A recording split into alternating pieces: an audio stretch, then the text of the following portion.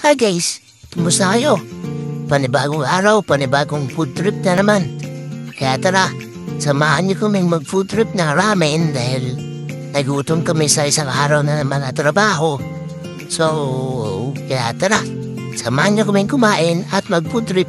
Bali, ito pala ginagawa namin pagkatapos ng trabaho. Pupunta kami sa kilala naming ramen shop tapos mag-food trip kasi nagugutom. So, bali, ito nga yung in-order ko. Ramen tsaka gyoza. At ayan din yung mga in-order na mga kasama ko. Puro ramen kami lahat. At ako, nag-gyoza ako tapos kasama ko naman nagkaragi sila. Hindi naman namin usual na ginagawa to or hindi naman kami usual na kumakain talaga ng ramen. Pag napagsunduan lang ng mga kasama na mag-ramen at nag-crave ng ramen, kaya napupunta kami dito sa kilala naming ramen shop. Bali yung may-ari na itong ramen shop ay Hapon. Tapos nakapagsalita siya ng Tagalog. Tapos nakaintindi ng konting English. Kasi sabi niya may lahing Pinoy daw siya. Mga kasama namin na Pinoy sa trabaho, ganito yung ginagawa. Or dito pupunta pag gustong kumain ng ramen. Hindi lang naman kasi kaming apat yung pinapadala dito. May rotation kasi kami sa company na ipapadala every 3 months sa isang tao. Sobrang sarap ng ramen dito guys, tsaka mura lang. Nasa 600 yen lang.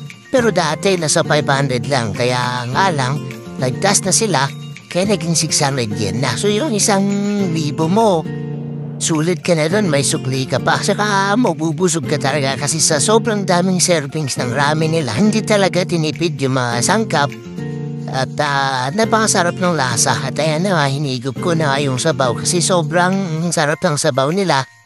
At talagang manghihinaya ka kung hindi mo ubusin. Kaya dito talaga kami madalas kumakain pag nag-crave kami ng ramen kasi mura lang, madaming servings, tsaka masarap pa. Tsaka nakakabiruan din namin yung may-ari ng ramen shop na siya si yung may-ari at the same time siya yung nagluluto.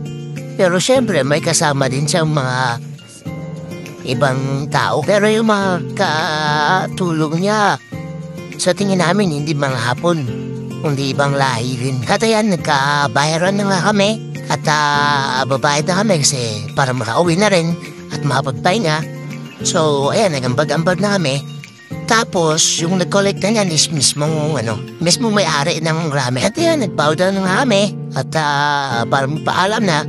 Ayan, sa susunod ulit na food trip. Ito, Gisama Hasta. Bye-bye.